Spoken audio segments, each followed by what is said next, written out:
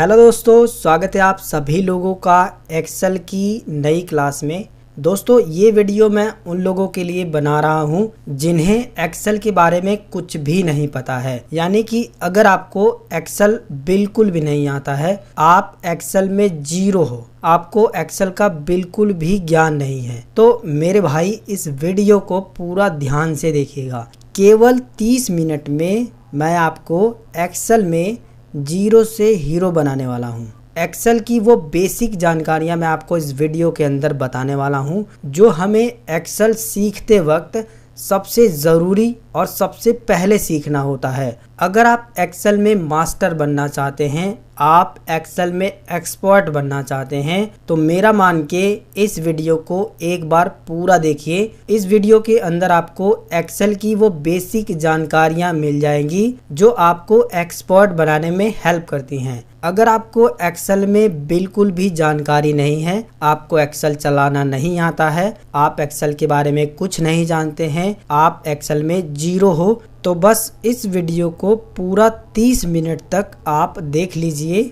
आपको एक्सेल में जीरो से हीरो बनाना मेरा काम है, बस आप इस वीडियो को पूरा ध्यान से देखिए। नमस्कार दोस्तों, मेरा नाम है गुलाब और आप देख रहे हैं गुलाब गुरु कंप्यूटर स्मार्ट क्लास। वीडियो पसंद आएगा तो लाइक, शेयर, सब्सक्राइब कर दीजिएगा। सबसे पहले एक्सेल को ओपन करते हैं। तो एक्सेल को चालू करने के लिए आपको स्टार्ट बटन पे क्लिक करना है, ऑल ऐप्स पे क्लिक करना है। इसके बाद आपको थोड़ा सा नीचे आना है, यहाँ पर आपको एक फोल्डर मिलेगा माइक्रोसॉफ्ट ऑफिस, आपको इस पर एक बार क्लिक करना है। इसके अंदर आपको जो है माइक्रोसॉफ्ट ऑफिस एक्सेल करके एक्सेल मिल जाएगा, आप इस पर क्लिक करके एक्सेल को चालू कर सकते हैं। इसके अलावा अगर आप शॉर्टकट से एक्सेल को ओपन करना चाहते हैं तो आपको विंडोज़ के साथ आर बटन को दबाना है। ये जो रन कमांड खुलती है इसके अंदर आपको टाइप करना है एक्सेल, इसके बाद ओके पर क्लिक कर देना है या फिर एंटर बटन दबा देंगे तो भी एक्सेल जो है ओपन हो जाएगा। जब आप एक्सेल को चालू करेंगे तो ये जो आपको पूरा एक्सेल ओपन हुआ दिखाई दे रहा है, इसको विंडो बोला जाता है। इस विंडो के अंदर जितने भी ऑप्शन होते हैं उसे हम बारी बारी से समझते हैं। इस विंडो में सबसे ऊपर की साइड में ये जो वाइट कलर की आपको पट्टी दिखाई दे रही है, इसे टाइटल बार बोला जाता है, जिसमें आपको जो है बुक 1 लिखा होगा और खुले हुए एप्लीकेशन का जो नाम है वो दिखाई देता है। इसी पट्टी में राइट साइड में आपको जो है एक मिनिमाइज़ का बटन मिलता है, एक मैक्सिमाइज़ का बटन मिलता है और एक क्लोज़ का बटन मिलता है। क्लोज़ पर क्लिक करके आप इसे क्लोज़ कर सकते हो, मैक्सिमाइज़ पे क्लिक करके आप इसे बड़ा कर सकते हो और मिनिमाइज़ पे क्लिक करके आप इसे टास्क बार पे छोटा करके रख सकते हो। इसी पट्टी के अंदर आपको इस साइड में जो है लेफ़्ट साइड में क्विक एक्सेस टूल बार मिलता है, आप इस पर क्लिक करके और भी कमांड को यहाँ पर ऐड कर सकते हो और उसी पर क्लिक करके कमांड को यहाँ से हटा भी सकते हो। इस पट्टी के ठीक बगल में जो है आपको एक ऑफिस बटन मिलता है। इस पट्टी के ठीक नीचे जो है आपको रिबन मिलता है और इस रिबन के अंदर ये जो आपको टेक्स्ट लिखे हुए दिखाई दे रहे हैं, इसको जो है टैब बोला जाता है, जैसे home tab, insert tab, page layout, formula, data, review, view और डेवलपर। ये सारे के सारे टैब हैं और इन टैब पर क्लिक करने के बाद अलग अलग जो है यहाँ पर आपको ऑप्शन दिखाई देते हैं, अलग अलग जो है यहाँ पर ग्रुप दिखाई देते हैं। जैसे कि अगर होम टैब पे क्लिक करोगे तो कुछ इस तरीके से आपको ग्रुप मिलेंगे, इंसर्ट पे क्लिक करोगे तो कुछ इस तरीके से ग्रुप मिलेंगे, पेज लेआउट पर अलग ग्रुप हैं, फार्मूला पर अलग ग्रुप हैं। तो यहाँ से लेकर के यानी इस पट्टी से लेकर के ये जो ग्रुप खुल रहे हैं, इन सभी को जो है रिबन बोला जाता है। रिबन के ठीक नीचे जो है आपको फार्मूला बार मिल जाता है, जैसा कि आप देख सकते हो ये जो है ये फार्मूला बार है, जो भी आप फार्मूला लगाएंगे वो फार्मूला बार में दिखाई देता है। इसी के बगल में आपको ये जो दिखाई दे रहा है इसे नेम बॉक्स बोला जाता है, जिस भी सेल पर आप क्लिक करोगे उसका नाम जो है नेम बॉक्स में दिखाई देता है। इसके अलावा जो ABCD आपको दिखाई दे रहा है इसे कॉलम बोला जाता है और यहाँ पर आपको जो 1 2 3 4 5 6 इस तरीके से गिनती दिखाई दे रही है, इसको रो बोला जाता है। यानी कि इस तरीके से रो है और इस तरीके से कॉलम है और रो और कॉलम के कटान बिंदु से बनने वाले बॉक्स को जो है सेल बोला जाता है। यानी कि ये जो हमारा कॉलम है और ये जो हमारी रो है, जहाँ पर एक दूसरे को काटते हैं उसे सेल बोला जाता है और प्रत्येक सेल का एक नाम होता है जो कि नेम बॉक्स में आपको दिखाई देता है। तो यहाँ से आपको कॉलम और रो और सेल ये सारी चीज़ें समझ आ गई होगी। इसी के साथ में ये जो आपको पूरा पेज दिखाई दे रहा है जिसमें सेल बने हुए हैं आपको दिखाई दे रहे हैं, इसे सीट बोला जाता है। जैसे कि देख सकते हो हमने पहली सीट पे क्लिक किया है इसलिए पहली सीट खुली है। अगर आप दूसरी शीट पे क्लिक करना चाहें तो दूसरी शीट पे इस्तेमाल कर सकते हैं, तीसरी शीट को इस्तेमाल कर सकते हैं, और अगर और भी शीट चाहिए तो आप यहाँ पर क्लिक करके एक नई शीट भी इंसर्ट कर सकते हैं। फिर से क्लिक करके एक नई शीट इंसर्ट कर सकते हैं। और शीट को डिलीट करने के लिए राइट क्लिक करके यहाँ पर आपको जो है डिलीट का ऑप्शन मिलेगा, आप इस पर राइट क्लिक करके शीट को डिलीट भी कर सकते हैं। इसी के बगल में जो है आपको एक यहाँ पर जो है स्क्रॉल बार मिलता है, जहाँ से आप जो है इस शीट को स्क्रॉल करके बाएं तरफ भी देख सकते हो। जैसे कि अगर आपको बाएं तरफ जाना है तो आप एरो बटन से भी जा सकते हो इस तरीके से, या फिर स्क्रॉल करके भी इस तरीके से आप जा सकते हो। स्क्रॉल बार आपको दो मिलते हैं, एक इस तरीके से हॉरिजॉन्टल मिलता है और एक वर्टिकल स्क्रॉल बार होता है। ऊपर से नीचे जाने के लिए ये वाला स्क्रॉल बार काम करता है और दाएं से बाएं जाने के लिए ये वाला स्क्रॉल बार काम करता है। स्क्रॉल बार के ठीक नीचे जो है हमें स्टेटस बार मिलता है। जब आप कोई भी फार्मूला लगाओगे तो वो स्टेटस बार में आपको नीचे की साइड में दिखाई देता है। स्टेटस बार में ही जो है आपको लेआउट व्यू मिलता है, जिसमें नॉर्मल, पेज लेआउट और पेज ब्रेक प्रीव्यू तीन ऑप्शन मिलते हैं। इसके बाद आपको जो है इसी वाली पट्टी में जूम स्लाइडर भी मिल जाता है, जिसमें आप अपनी सीट को जूम कर सकते हो और जूम आउट और जूम इन कर सकते हो। इसे पकड़ के भी इस तरीके से जूम इन जूम आउट कर सकते हो। एक्सेल में एक सवाल कई बार पूछा जाता है, चाहे आप किसी इंस्टीट्यूट में अगर स्टडी करने गए हो या फिर अगर आप कोई एग्ज़ाम देने गए हो, तो आपसे ये सवाल ज़रूर पूछा जाता है कि एक्सेल की जो सीट होती है उसमें टोटल कॉलम कितने होते हैं और टोटल रो कितनी होती है। तो अगर आप ये जानकारी खुद एक्सेल से ही निकालना चाहते हैं तो यहाँ पर आप ये जानकारी निकाल सकते हैं, जिसके लिए जो है आपको ये जो कॉलम बने हुए हैं, ये जो रो बना हुआ है, इसी के कोने में जो है आपको ये जो ऑप्शन दिखाई दे रहा है, आपको जस्ट इस पर एक बार क्लिक करके रखना है। ठीक है, जब आप इस पर एक बार क्लिक करके रखोगे तो ऊपर आप नेम बॉक्स में देखिए, ये जो नेम बॉक्स है इसके अंदर आप देखिए कि वहाँ पर जो है रो की संख्या भी और कॉलम की संख्या भी दिखाई गई है, जिसमें जो है रो की संख्या बताया गया है 10,48,576। आर लिखा हुआ है, आर का मतलब रो होता है। इसके बाद गुणा का सिंबल लिखा हुआ है और उसके बाद लिखा हुआ है 16,384। सी लिखा हुआ है, या सी का मतलब होता है कॉलम, यानी कि 16,384 जो है कॉलम है। इस तरीके से आप जो है यहाँ एक्सेल से ही खुद पता कर सकते हो कि एक्सेल में कितना जो है रो है और कितना कॉलम है। अब सवाल ये भी आता है कि अगर आपको जो है सबसे लास्ट वाली रो में जाना हो तो आप कैसे जाएंगे, अगर आपको सबसे लास्ट वाले कॉलम में जाना हो तो आप कैसे जाओगे। वैसे जो कीबोर्ड में एरो बटन दिए हैं ना, ऊपर नीचे दाएं बाएं वाले, आप उनकी मदद से भी एक एक करके इस तरीके से जा सकते हो, लेकिन एक एक करके जब आप जाओगे तो काफी लंबा समय लगेगा। तो उस कंडीशन में आप एक शॉर्टकट का इस्तेमाल कर सकते हो। कंट्रोल के साथ जिधर जाना है, जैसे कि अगर आपको राइट साइड में जाना है, इस साइड में, यानी कि आपको सबसे लास्ट वाले कॉलम में जाना है, तो आप कंट्रोल के साथ राइट एरो को प्रेस करेंगे तो आप सबसे लास्ट वाले कॉलम में आ जाएंगे, देख सकते हो। और इस कॉलम का नाम भी आप देख सकते हो, कई बार एग्जाम में पूछा गया है कि एक्सेल में सबसे लास्ट वाले कॉलम का क्या नाम है, तो इसका नाम है XFD। ठीक है, इसके बाद जो है अगर आपको फिर से जो है सबसे पहले वाले कॉलम में आना है तो कंट्रोल के साथ लेफ्ट वाला एरो बटन दबाएंगे तो आप सबसे पहले वाले कॉलम में आ जाएंगे, जैसा कि आप देख सकते हो। इसी तरीके से अगर आपको सबसे नीचे जो है सबसे लास्ट वाली रो में जाना हो, सबसे नीचे जाना हो, तो आप कंट्रोल के साथ डाउन एरो बटन दबाएंगे तो सबसे नीचे वाली रो में आ जाएंगे, जैसा कि आप देख सकते हो। यहाँ पर रो की संख्या भी बताई गई है 10,48,576। इसी तरीके से अगर आपको नीचे की साइड से सबसे लास्ट वाले कॉलम में जाना है तो कंट्रोल के साथ राइट एरो प्रेस करिए, आप सबसे नीचे की साइड में सबसे लास्ट वाले कॉलम में आ जाएंगे, जैसा कि आप देख सकते हैं। ठीक है, और इसी तरीके से अगर आपको ऊपर जाना है तो कंट्रोल के साथ अप एरो बटन दबाइए तो ऊपर आ जाएंगे, लेफ्ट बटन दबाओगे तो आप होम पे आ जाओगे। यानी कि आप कंट्रोल बटन को दबा करके जो एरो बटन है ऊपर नीचे दाएं बाएं वाले, उसका इस्तेमाल करके आप एक्सेल की सीट में चारों तरफ घूम सकते हैं। अब देखिए, एक्सेल में काम करते वक्त आपको एक बात का और ध्यान देना है कि अगर आप कहीं भी सेल पर क्लिक किए हुए हैं तो वो सेल इस तरीके से सिलेक्ट रहती है और इस सेल का जो नाम है वो नेम बॉक्स में दिखाई देता है। नाम कैसे बनता है इसे भी आप थोड़ा समझिए। जैसे कि हमने इस सेल में क्लिक किया है जो कि डी वाले कॉलम में है और 4 वाली रो में है, तो इस सेल का जो नाम बनेगा वो D4 बनेगा, जैसा कि आप देख सकते हो। ठीक है, और इसी तरीके से अगर आप किसी दूसरी सेल में क्लिक करते हैं तो उस नाम से जो है नेम बॉक्स में उसका नाम दिखाई देगा। जैसे कि देखोगे C वाला कॉलम है और 3 वाली रो है तो इसका नाम जो है C3 है। इसी तरीके से जिस भी सेल में आप क्लिक करोगे उसका नाम जो है नेम बॉक्स में दिखाई देगा। एक बात का और आपको ध्यान देना है कि जब आप इसके अंदर कोई भी डेटा को एंटर करोगे तो दाहिने तरफ जाने के लिए आपको जो है टैब बटन को दबाना है। जब आप टैब बटन दबाओगे तो दाहिने तरफ जाओगे इस तरफ, और पीछे आने के लिए जो है आपको शिफ्ट के साथ टैब बटन दबाना है। शिफ्ट के साथ टैब बटन दबाओगे तो आप पीछे आओगे, केवल अगर आप टैब बटन दबाओगे तो आगे जाओगे।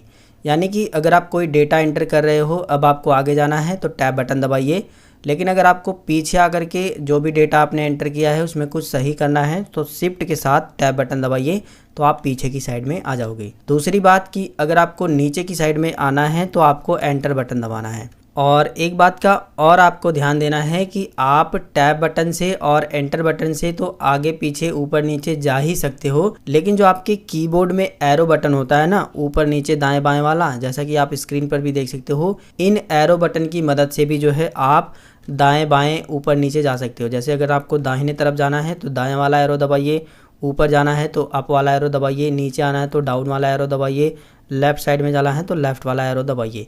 इस तरीके से आप जो है बिना माउस का इस्तेमाल किए केवल कीबोर्ड से ही जो है अलग अलग सेल में जा सकते हो।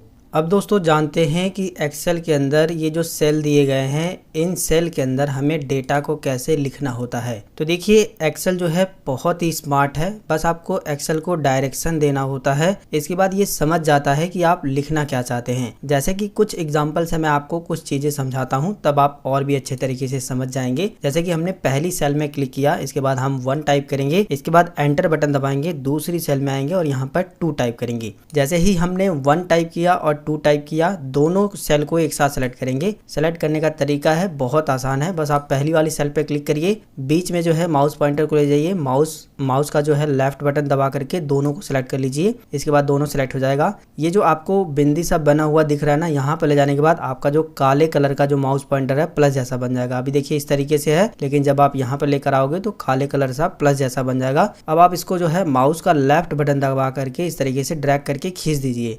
चाहे जितना मर्जी आप खींचना चाहें वहां तक ले जाने के बाद आपको छोड़ देना है। अब आप यहां पर देखोगे कि हमने केवल 1 और 2 लिखा था, लेकिन एक्सेल समझ गया है कि आपको जो है 1 में 1 जोड़ करके 2 लिखना है, 2 में 1 जोड़ करके 3। इस तरीके से एक्सेल समझ गया है, तो ऑटोमेटिक हमें जो है इस तरीके से ला करके दे दिया है। यही नहीं, अगर मैं यहाँ पर जो है 11 लिख करके एंटर बटन कर दबाता हूँ, यहाँ पर 12 लिख देता हूँ, तो एक्सेल जो है इस तरीके से भी समझ जाएगा। फिर से हम इसे ड्रैग कर देंगे यहाँ तक, इस तरीके से भी समझ जाएगा। और इन दोनों को सिलेक्ट करने के बाद और यहाँ पर क्लिक करने के बाद इस तरीके से भी आप ड्रैग कर दोगे तो इधर भी जो है एक्सेल समझ गया है कि आप करना क्या चाहते हो। देखिए इस तरीके से पूरी काउंटिंग जो है एक्सेल ने लिख दी है। ये अगर आपको लिखने के लिए बोला जाए तो कम से कम आपको जो है 3 से 4 मिनट तो ज़रूर लग जाएगा, जो लोग बिगिनर हैं, लेकिन हमें जो है केवल 2 सेकंड का समय लगा इसे लिखने में।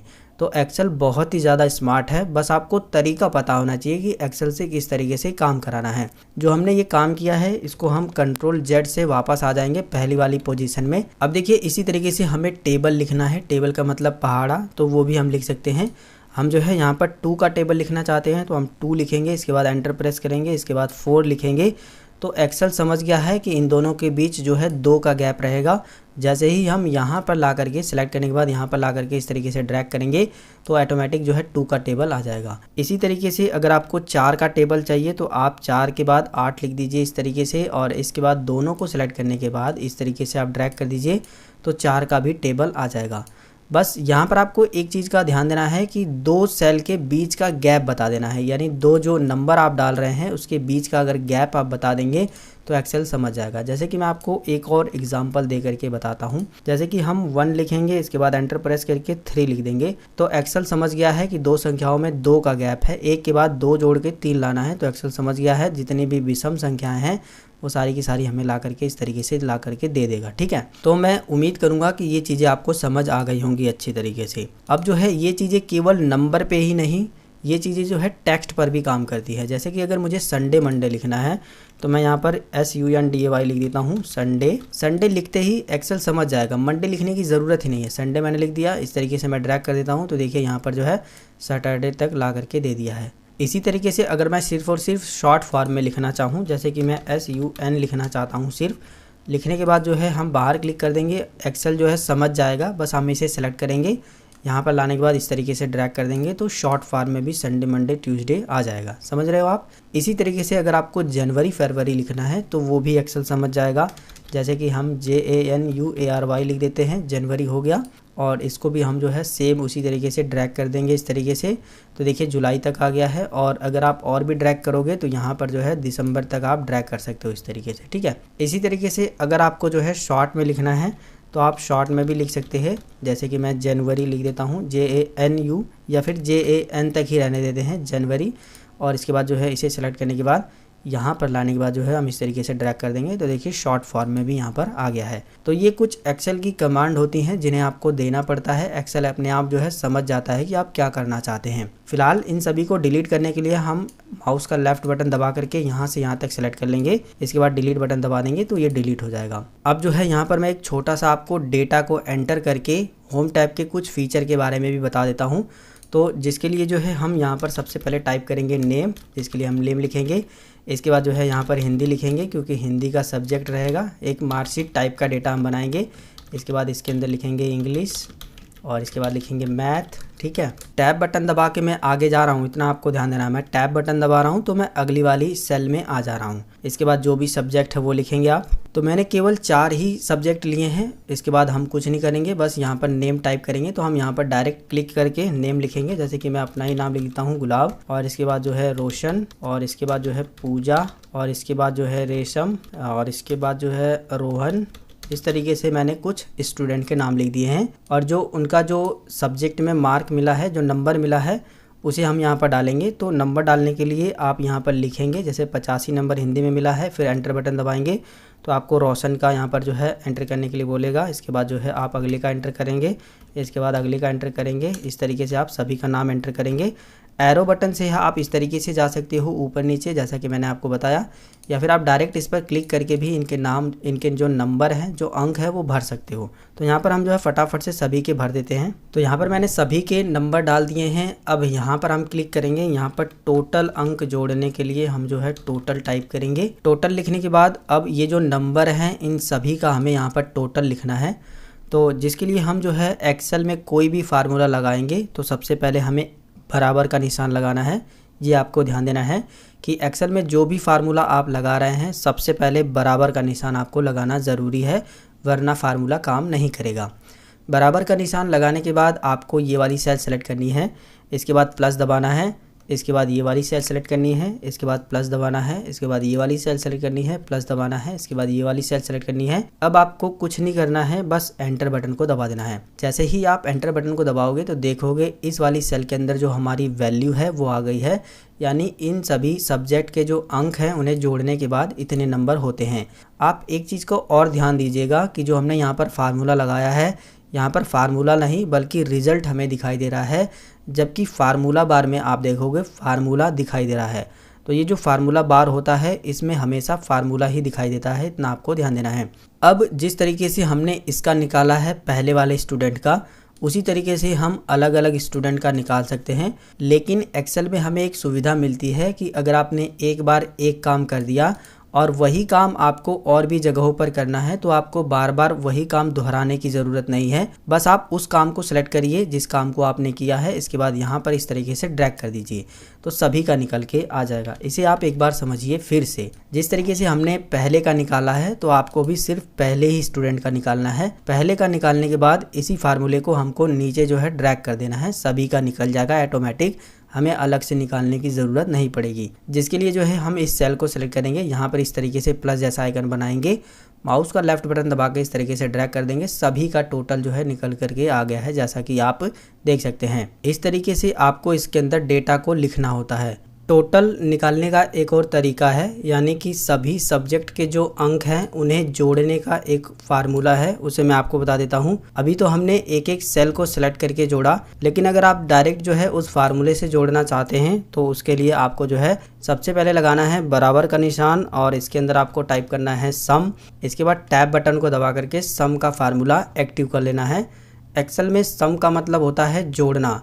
इसके बाद आपको नंबर 1 में उन सभी सेल को इस तरीके से बता देना है। यहाँ से यहाँ तक आपको सेल पर क्लिक करके माउस का लेफ्ट बटन दबा करके सेल को सिलेक्ट कर देना है। इसके बाद सेल ऑटोमेटिक सेलेक्ट हो जाएगा। इसके बाद ब्रैकेट को बंद कर देना है, शिफ्ट के साथ ब्रैकेट को बंद करिए, एंटर बटन दबाइए तो इसका जो है सम निकल करके आ जाएगा। अब आप देखोगे फार्मूला बार में सम का फार्मूला दिखाई दे रहा है। अब आप जो है यहाँ से पकड़ करके इसे ड्रैग कर देंगे तो सभी का निकल के आ जाएगा और सभी में जो है सम का फार्मूला ऑटोमेटिक अप्लाई हो जाएगा। एक्सेल में सम का मतलब होता है जोड़ना, और अगर आपको जो है घटाना हो, यानी कि अगर आपको किसी अंक को किसी अंक में से घटाना हो तो वो भी आप सीख लीजिए। सबसे पहले आप लगाएंगे बराबर का निशान। अगर आपको इस वाले अंक में से इसको घटाना है तो आप सबसे पहले इस वाले अंक को सिलेक्ट करेंगे, इसके बाद लगाएंगे माइनस का निशान, इसके बाद इस वाले अंक को सिलेक्ट कर देंगे, इसके बाद एंटर की को प्रेस कर देंगे तो इस वाले में से ये वाला माइनस होकर के आ गया है। जब आप इस पर क्लिक करेंगे तो यहाँ पर फार्मूले में आप देख सकते हो यहाँ पर जो है माइनस लगा हुआ आपको मिल जाएगा। इसी तरीके से अगर आपको गुणा करना है तो आप गुणा भी कर सकते हो। जैसे हम लोग लगाएंगे सबसे पहले बराबर का निशान। कोई भी फार्मूला लगाने के लिए आपको लगाना है सबसे पहले बराबर का निशान। अगर हमें जो है इसको और इससे मल्टीप्लाई करना है, यानी इस वाली सेल को इस वाली सेल से मल्टीप्लाई करना है यानी गुणा करना है, तो हम पहले इस वाली सेल को सिलेक्ट करेंगे, इसके बाद एस्ट्रिक्ट का साइन लगाएंगे, जो स्टार वाला होता है उसे ही जो है गुणा का सिंबल बोला जाता है, आप ऐसा सिंबल लगाएंगे। इसके बाद दूसरी सेल वाले को सिलेक्ट कर लेंगे, इसके बाद एंटर बटन को दबाएंगे तो देखिए गुणा करने पर, इन दोनों को गुणा करने पर इतना आएगा। फार्मूला बार में आप देख सकते हो गुणा वाला फार्मूला हमने लगाया है। इसी तरीके से अगर हमें जो है इस वाली संख्या में इस संख्या से भाग देनी है तो आप भाग देना भी सीख लीजिए। सबसे पहले लगाएंगे बराबर का निशान, इस वाले सेल को सेलेक्ट करेंगे, जो भी इसके अंदर हमारी संख्या रहेगी उसमें हम भाग देना चाहते हैं, इसलिए जो है इस तरीके से भाग वाला सिंबल लगाएंगे। इसके बाद इस वाली संख्या को सेलेक्ट कर लेंगे, इसके बाद एंटर की को प्रेस करेंगे तो देखिए भाग देने पर इस तरीके से वैल्यू आएगी। तो हमने जोड़ना, घटाना, गुणा करना, भाग करना सारी चीज़ें सीख ली है। हम इसे डिलीट कर देते हैं यहाँ से। इसके बाद जो है होम टैब में ये जो फ़ॉन्ट वाला भाग दिया है, अलाइनमेंट वाला भाग दिया है, ये आपके लिए काफ़ी इंपॉर्टेंट है, तो इसके बारे में भी आपको ज़रूर पता होना चाहिए। तो एक एक करके हम सभी चीज़ों को समझते हैं। तो इसको अप्लाई करने के लिए आप जिस भी सेल को सिलेक्ट करेंगे ये चीज़ें उसी में अप्लाई होगी। तो हम यहाँ से लेकर के यहाँ तक सिलेक्ट कर लेते हैं। अगर आपको थोड़ा सा बोल्ड करना हो यानी टेक्स्ट को थोड़ा सा मोटा दिखाना हो तो आप बोल्ड वाले पे क्लिक करेंगे तो बोल्ड हो जाएगा। और अगर आप यहाँ पर क्लिक करोगे तो यहाँ से आप फ़ॉन्ट का स्टाइल है जो है उसे बदल सकते हो, कुछ इस तरीके से फ़ॉन्ट स्टाइल हो जाएगा। इसके बाद जो है आप यहाँ पर क्लिक करके इसका जो साइज़ है उसे बढ़ा सकते हो और यहाँ पर क्लिक करके साइज़ को घटा सकते हो। डायरेक्ट आप चाहो तो यहाँ पर क्लिक करके साइज़ को बढ़ा सकते हो और घटा भी सकते हो। एक चीज़ का और आपको ध्यान देना है कि जैसे ही मैंने यहाँ पर साइज़ को बढ़ाया तो आप देखोगे जो इंग्लिश वाला हमारा कॉलम था वो इंग्लिश वाला कॉलम छिप रहा है। तो अगर आपके साथ भी ऐसी कंडीशन आ गई है कि कोई भी आपका जो डेटा है वो छिप रहा है तो आपको कॉलम की साइज़ को थोड़ा सा बढ़ा देना है। बस आप यहाँ पर लेकर आओगे, ऊपर लेकर आना है आपको, नीचे लेकर आओगे तो नहीं होगा। ऊपर लेके जाओगे इस तरीके से तो आपका माउस पॉइंटर कुछ इस तरीके से बन जाएगा। आप जो भी कॉलम बढ़ाना चाहते हो इस तरीके से पकड़ करके खींच दोगे तो कॉलम की साइज़ बढ़ जाएगी, और कम करना चाहते हो तो इस तरीके से कम भी कर सकते हो। यानी कि दोस्तों किसी भी कॉलम का साइज़ बढ़ाने या घटाने के लिए आपको कॉलम के जो दिया है लाइन, इसी पर आ जाना है। ये जो लाइन दिया है ना, इस पर लाइन पर आओगे तो इस तरीके से कॉलम का साइज़ बढ़ा सकते हो और घटा भी सकते हो। ठीक इसी तरीके से अगर आपको रो का साइज़ भी बढ़ाना घटाना है तो आप यहाँ पर क्लिक करके इस तरीके से माउस पॉइंटर बना लीजिए। माउस का लेफ़्ट बटन दबा करके अब जब नीचे ऊपर ड्रैग करोगे तो इसका जो साइज़ है वो भी बढ़ेगा घटेगा। तो अभी के टाइम में हम इतना ही साइज़ रखते हैं क्योंकि जब हम यहाँ पर रोटेशन समझेंगे तो रोटेशन आपको यहाँ पर अच्छे तरीके से समझ आएगा। अब देखिए इन सभी को सिलेक्ट करने के बाद अगर आप इटैलिक करना चाहो तो थोड़ा सा इटैलिक कर सकते हो, थोड़ा सा टेक्स्ट टेढ़ा हो जाएगा। और अंडरलाइन करना चाहो तो अंडरलाइन यानी जो आपने लिखा है उसके नीचे एक अंडरलाइन आ जाएगी। हटाने के लिए दोबारा से आप इस पर क्लिक करते चले जाइएगा, वो हट जाएगा। अभी जो है हम इसका फ़ॉन्ट स्टाइल पहले जैसा ही रख लेते हैं जैसा हमारा पहले था। इसके बाद आप देखोगे यहाँ पर एक आपको बॉर्डर का ऑप्शन मिल जाता है। तो जब भी हमें अपने डेटा के अंदर बॉर्डर लगाना है तब ये ऑप्शन काम करता है। जहाँ पर भी आपको बॉर्डर लगाना है पूरा का पूरा डेटा आप सेलेक्ट करिए। इसके बाद यहाँ पर क्लिक करके ऑल बॉर्डर पे क्लिक कर दीजिए, ज़्यादातर ऑल बॉर्डर ही इस्तेमाल होता है। इसके बाद देखोगे आपके डेटा के अंदर बॉर्डर लग जाएगा। इसके बाद जो है अगला है ये हमारा है फिल कलर। ये बैकग्राउंड में कलर फिल होता है। जैसे कि अगर हमें इसके नीचे जो है कलर फिल करना है, ये जो सेल सेलेक्ट है इसके अंदर कलर फिल करना है तो यहाँ पर क्लिक करके कोई भी कलर आप यहाँ से फिल कर सकते हो। सारे के सारे कलर दिए गए हैं। जैसे कि हमें ये वाला कलर फिल करना है तो बैकग्राउंड के अंदर कलर फिल होगा। इसी तरीके से अगला है ये है टेक्स्ट कलर। ये जो है फ़ॉन्ट का कलर बदलता है, यानी जो आपने फ़ॉन्ट लिखे हैं उसका कलर अगर आपको चेंज करना है तो ये ऑप्शन का इस्तेमाल करके जो भी कलर आप रखना चाहते हो यहाँ से चेंज कर सकते हो। इसके बाद जो अगला भाग है वो है अलाइनमेंट का। इसका इस्तेमाल करके आपने जो डेटा लिखा है उसमें जो टेक्स्ट लिखे हैं आपने उसका अलाइनमेंट सेट कर सकते हो। जैसे कि ये जो हमने इंग्लिश लिखा है इसको हमको मिडिल में करना है, तो हम यहाँ से मिडिल में कर देंगे। और बिल्कुल सेंटर में चाहिए तो हम इस पर क्लिक कर देंगे, बिल्कुल सेंटर में आ जाएगा। टॉप में चाहिए तो टॉप में इस तरीके से आएगा, बॉटम में चाहिए तो बॉटम में इस तरीके से आएगा, लेफ़्ट बॉटम में चाहिए तो इस तरीके से आएगा, राइट बॉटम में चाहिए तो इस तरीके से आप यहाँ से चेंज कर सकते हो। ठीक है, और सभी का एक साथ करना है तो सभी को एक साथ सेलेक्ट करिए और यहाँ पर इस तरीके से क्लिक कर दीजिए तो सभी का बिल्कुल सेंटर में आ जाएगा। इसके बाद जो अगला ऑप्शन आता है वो है रोटेशन को लेकर के। इसका इस्तेमाल करके आप अपने द्वारा लिखे गए टेक्स्ट को रोटेट कर सकते हो, घुमा सकते हो। जैसे कि हम इस पर क्लिक करेंगे काफ़ी सारे एंगल में आपको स्टाइल मिल जाएंगे। जिस भी एंगल में आपको घुमाना है आप उस पर इस तरीके से क्लिक कर देंगे, उस एंगल में घूम जाएगा।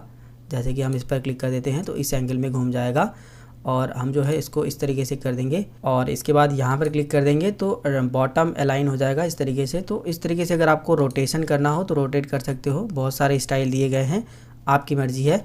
अगर आप इसे पहले जैसा करना चाहो तो इस पर क्लिक कर दोगे, पहले जैसा हो जाएगा, और इस पर क्लिक कर दोगे, सेंटर हो जाएगा। इसके बाद जो है अगर आपको इस सेल को पहले जैसा करना है तो आप यहाँ पर क्लिक करिए, इस तरीके से ऊपर थोड़ा सा ला करके छोड़ दीजिए, पहले जैसा सेल आपका बन जाएगा। इसके बाद दोस्तों अगला है ऑप्शन रैप टेक्स्ट का। ये बहुत ही काम का है। अगर आपका टेक्स्ट जो है एक सेल से बाहर जा रहा है, जैसा कि आप देख सकते हो एग्जाम्पल भी बताया गया है कि अगर आपका टेक्स्ट जो आप लिख रहे हैं डेटा वो बड़ा है तो उसको आप एक ही सेल में नीचे एडजस्ट कर सकते हो। इसे मैं एग्जांपल से आपको समझाता हूँ। जैसे कि मैं अपना ही नाम लिख देता हूँ, जैसे कि मेरा नाम है गुलाब चंद, मैंने यहाँ पर लिख दिया। अभी आप देखोगे ये जो मैंने लिखा है ये एक सेल से बाहर जा रहा है। एक तरीका तो ये है कि आप जो है इस कॉलम की चौड़ाई को बढ़ा दीजिए तो ये जो है सेल एडजस्ट हो जाएगा। और दूसरा तरीका ये है कि आप इसे पहले जैसा ही रहने दीजिए जैसा आपका था पहले।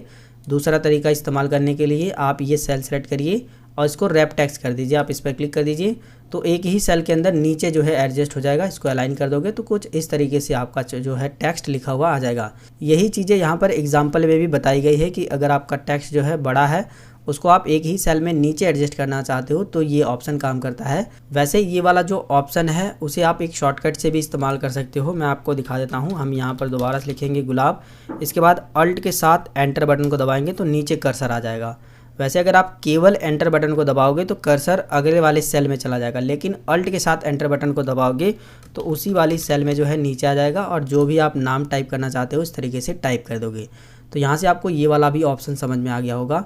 इसमें एक और ऑप्शन है ये वाला मर्ज सेंटर का ऑप्शन, ये भी काफ़ी कमाल का है। तो हम इसे सबसे पहले डिलीट करते हैं। देखिए मर्ज एंड सेंटर ऑप्शन क्या काम करेगा, दो या दो से अधिक सेलों को मर्ज करने के लिए, एक साथ करने के लिए ये ऑप्शन काम करता है। जैसे कि हमें यहाँ से लेकर के यहाँ तक सेलों को मर्ज करना है, यहाँ से लेकर के यहाँ तक, तो हम इन सभी सेल को सिलेक्ट करने के बाद इस पर क्लिक कर देंगे तो सेल हमारी मर्ज हो जाएगी और ये एक ही सेल बनी रहेगी।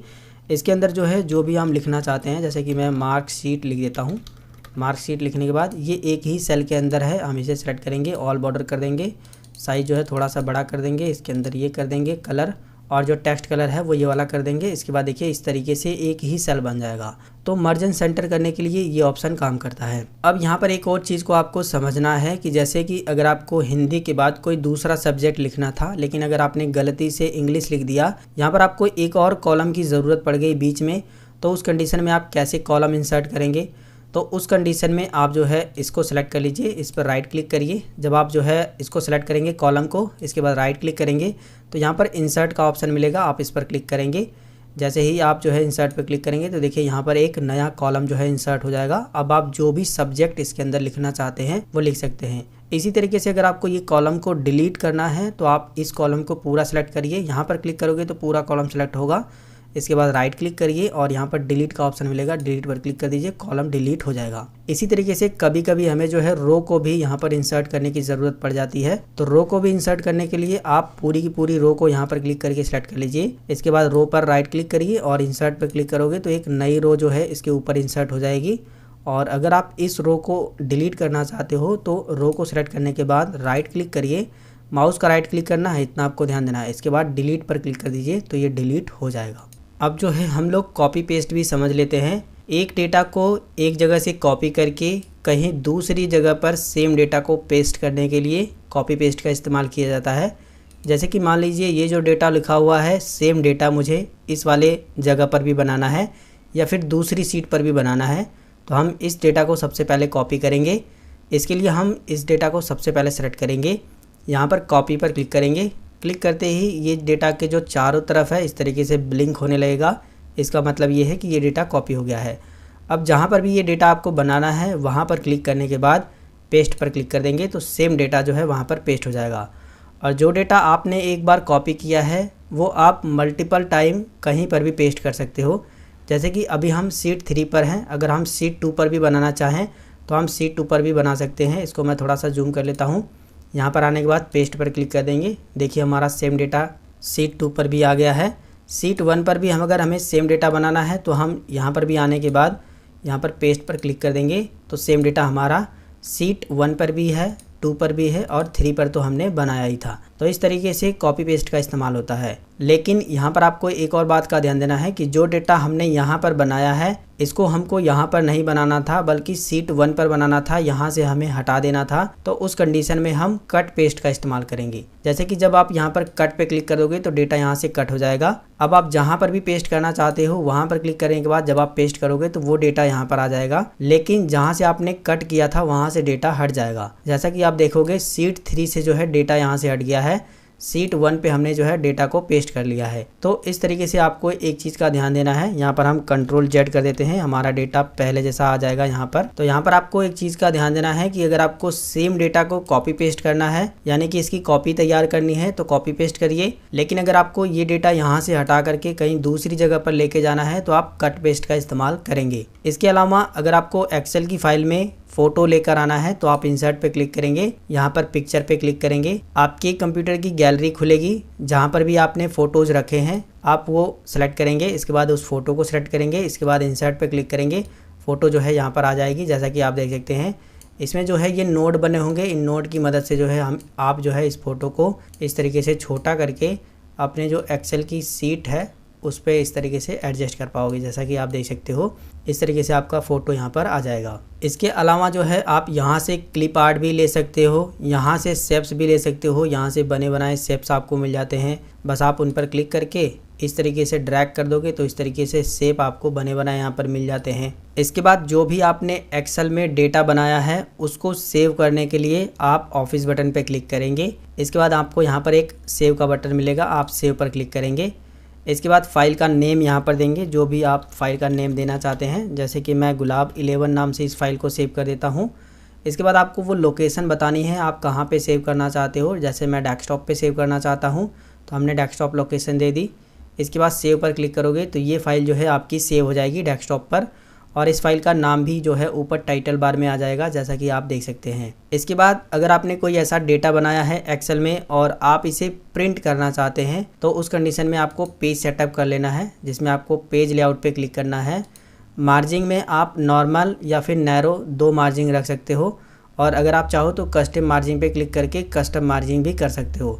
तो ज़्यादातर आपके लिए बेस्ट रहेगा नैरो, तो हम नैरो पे क्लिक कर देंगे। पेज में जो है आप पोर्ट्रेट और लैंडस्केप जिस तरीके से पेज को प्रिंट करना चाहते हो, जैसे अगर आप लेटा हुआ पेज प्रिंट करना चाहते हो तो आप लैंडस्केप सेलेक्ट करेंगे, और अगर आप खड़ा पेज प्रिंट करना चाहते हो तो पोर्ट्रेट सेलेक्ट करेंगे। इसके बाद आपको साइज पे क्लिक करना है और यहाँ पर जो है आपको A4 साइज सेलेक्ट कर लेना है, क्योंकि मार्केट में ज़्यादातर जो है A4 साइज के पेपर ही आते हैं। तो जब आप A4 साइज सेलेक्ट करके प्रिंट करोगे तो जो आपने डेटा बनाया है वो सही तरीके से प्रिंट होगा। प्रिंट करने के लिए आपको जो है ऑफिस बटन पे क्लिक करना है, यहाँ पर प्रिंट कमांड दिया गया है, इस पर क्लिक करेंगे। इसके बाद प्रिंट प्रीव्यू पर क्लिक करेंगे, आपके सामने प्रिंट प्रीव्यू दिखाई देगा। आप यहाँ पर देख सकते हो डेटा आपका प्रिंट होने के बाद कुछ इस तरीके से दिखाई देगा। अब आप प्रिंट पे क्लिक करके इस डेटा को प्रिंट निकाल सकते हो। फिलहाल हम यहाँ पर क्लोज प्रिंट प्रीव्यू पे क्लिक करेंगे, क्योंकि हमें डेटा को प्रिंट नहीं करना है। तो दोस्तों इस वीडियो के अंदर बस इतनी ही जानकारी। इस वीडियो के अंदर मैंने आपको एक्सेल की वो बेसिक जानकारियाँ बताई है जो आपको एक्सेल के शुरुआती दिनों में सीखना ज़रूरी होता है। अगर आपने ये वीडियो पूरा देखा होगा तो मुझे पूरा भरोसा है जो भी मैंने एक्सेल की जानकारी इस वीडियो के अंदर बताई है वो आप अच्छे तरीके से सीख गए होंगे। लेकिन दोस्तों अगर आप एक्सेल को पूरा कंप्लीट सीखना चाहते हैं, ये जो टैब दिए गए हैं इनमें जितने भी ऑप्शन ये दिए गए हैं सभी ऑप्शन को अगर आप बारी बारी से एग्जाम्पल के साथ पूरा डिटेल में सीखना चाहते हैं, सारे फार्मूले सीखना चाहते हैं, तो आप सभी को बताना चाहेंगे कि आपको यूट्यूब पे जाना है, गुलाब गुरु लिख करके सर्च करना है, हमारा चैनल आ जाएगा, आपको इस पर क्लिक करना है। या फिर अगर आप ये वीडियो देख रहे हैं तो वहां पर नीचे आपको इस तरीके से एक लोगो दिखाई देगा, आप इस लोगो पर एक बार क्लिक करेंगे। इसके बाद आप जो है हमारे चैनल पर आ जाएंगे। यहाँ पर आप देखोगे नीचे की साइड में आपको एक प्लेलिस्ट का ऑप्शन मिलेगा, आपको प्लेलिस्ट पे क्लिक करना है। प्लेलिस्ट पे क्लिक करते ही नीचे की साइड में आना है आपको। यहाँ पर MS एक्सेल ट्यूटोरियल करके एक प्लेलिस्ट मैंने बनाई है, जिसमें मैंने आपको पूरा एक्सेल कंप्लीट वो भी डिटेल में समझाया है फार्मूले के साथ। अगर आपने ये 35 वीडियो पूरा ध्यान से देख लिया तो मैं आपको भरोसा दिलाता हूँ कि इन 35 वीडियो को देखने के बाद आप आसानी से एक्सेल में कोई भी काम कर पाओगे। कहीं पर अगर आपकी जॉब भी लग जाती है तो भी आप सभी काम को बड़े ही आसानी से कर पाओगे। तो अगर आपको एक्सेल पूरा डिटेल में पूरा शुरू से लेकर के पूरा एडवांस तक सीखना है तो आप इन 35 वीडियो को जरूर देखिए। इसके अलावा अगर आप चाहो तो MS word, power point, computer basic course, English typing, Hindi typing, tally, इसके बाद ये 50 फार्मूले एक्सेल के, ये सारी चीज़ें जो है इनको भी देख सकते हो। और हाँ, अगर आपने अभी तक जो है गुलाब गुरु चैनल को सब्सक्राइब नहीं किया है तो सब्सक्राइब करके रख लीजिएगा। इस चैनल पर आपको ढेर सारे नॉलेजेबल वीडियोस मिलते हैं। फिलहाल दोस्तों इस वीडियो के अंदर बस इतनी ही जानकारी। अगर आपको ये वीडियो पसंद आया तो वीडियो को लाइक, शेयर, सब्सक्राइब कर दीजिएगा। अगर आपके मन में कोई सवाल है तो नीचे कॉमेंट करके जरूर बताइएगा। मिलेंगे फिर एक नई वीडियो में एक नई जानकारी के साथ, तब तक के लिए जय हिंद, वंदे मातरम।